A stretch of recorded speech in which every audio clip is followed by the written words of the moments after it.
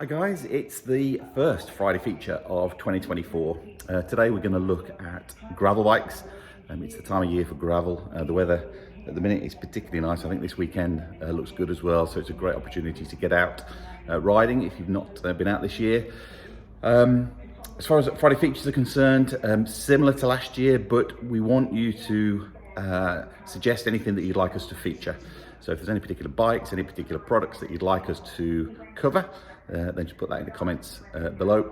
But today we're going to start with gravel. Next week we've got some superb full suspension bikes to look at from Orbea and GT, but for today it's gravel. In other news, we've now confirmed the date for our spring show, 21st of April. Put that in your diary. That's going to be a brilliant event and a great opportunity for you to come down, spend the day or spend a few hours with us and speak directly to the manufacturers. We've got some big brands bringing in a lot of really fancy kit this year. So 21st of April, put that in the diary, and obviously we'll give you more details about that over the next few weeks. In the meantime, let's look at gravel. People often ask, actually, it's one of the most popular questions is what is the difference between a road bike and a gravel bike? And there are many, really. Obviously, essentially, it looks like a traditional road bike. However, a few significant differences. Firstly, you have slightly wider bars with a flare at the bottom. That's for a couple of reasons, really. It just gives you better handling when you are off-road, and also gives you a lot more width to put bar bags and various other things that you might want to carry. So it's pretty much handling and bags. Secondly, the gearing is going to be slightly different. So typically you'll have GRX is a specific gravel group set from Shimano, and typically gearing is slightly easier, so slightly smaller chainrings on the front, perhaps a slightly bigger cassette, a clutched rear mech. So gearing essentially is a little bit easier. Tyres obviously are going to be a little bit wider with a little bit of tread. And the clearance for bigger tyres is going to be greater, and that's largely due to a slightly wider fork, a chunkier fork, a slightly stronger fork to cope with more off-road, more rugged terrain. So essentially they're the main differences from a road bike to a gravel bike. But let's start with GT Grade.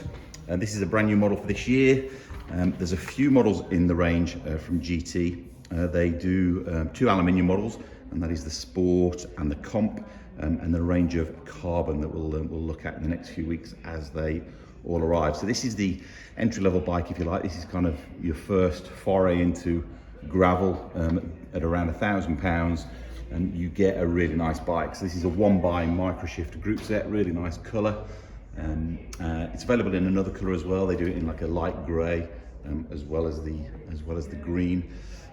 As I say, with Microshift, 1x single shifter on the right hand side.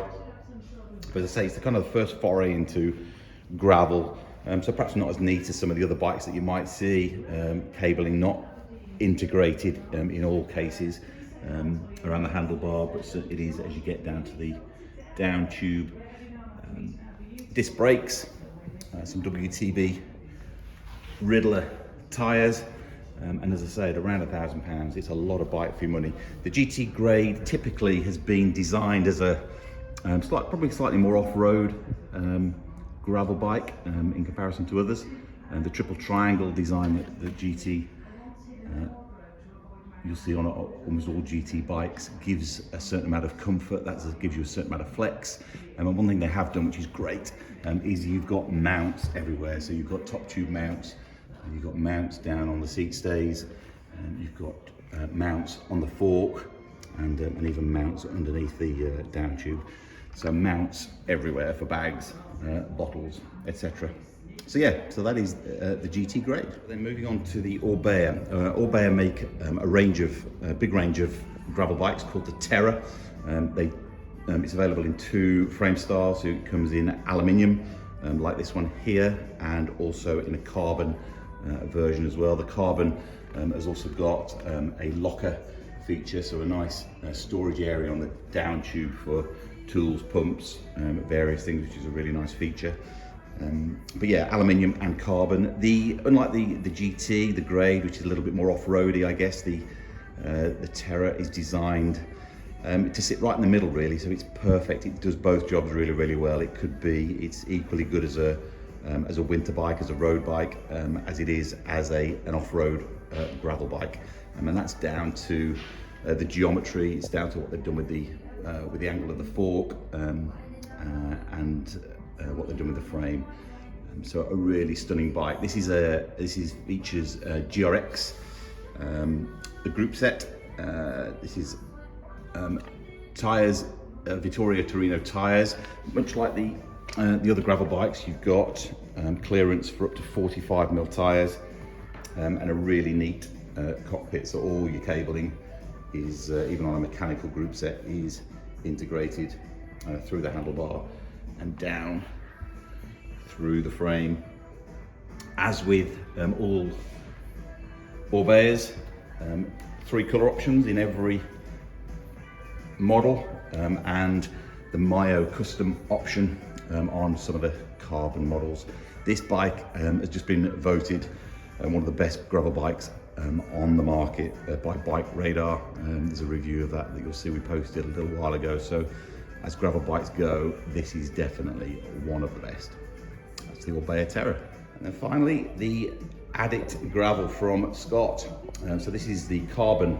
The Addict Gravel is a carbon bike. There's also a Speedster Gravel, which is their aluminium, but all Addict Gravels are carbon. And again, a little bit like the Orbea, this is designed to sit right in the middle. Really, this is a great race bike. It's a great gravel bike. It's not a road bike that's been tweaked. It's not a mountain bike that's been tweaked. It's designed very much as a gravel bike.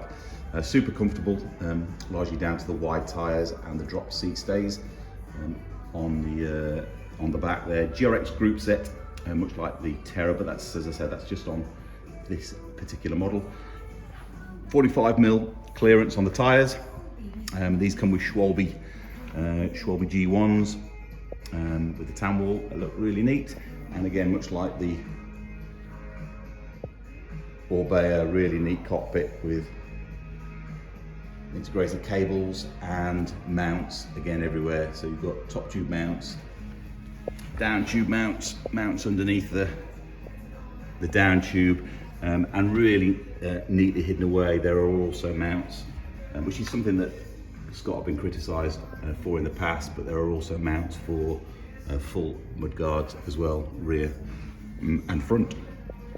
So 3 fantastic gravel bikes. It's definitely the time of year for gravel. So if you want to come and have a look, get a bit more detail, we've got Scott Addict Gravel, we've got Orbea Terra, we've got Topstone from Cannondale, and we've got the Grade from GT.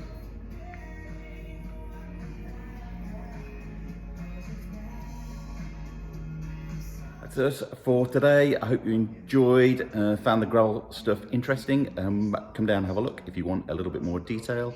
Remember to put the 21st of April in your diary, and hopefully you'll get out and get some miles in this weekend while the weather's warm, relatively warm anyway, sunny and not so windy. That's it from us. Have a great weekend, and we'll see you next week.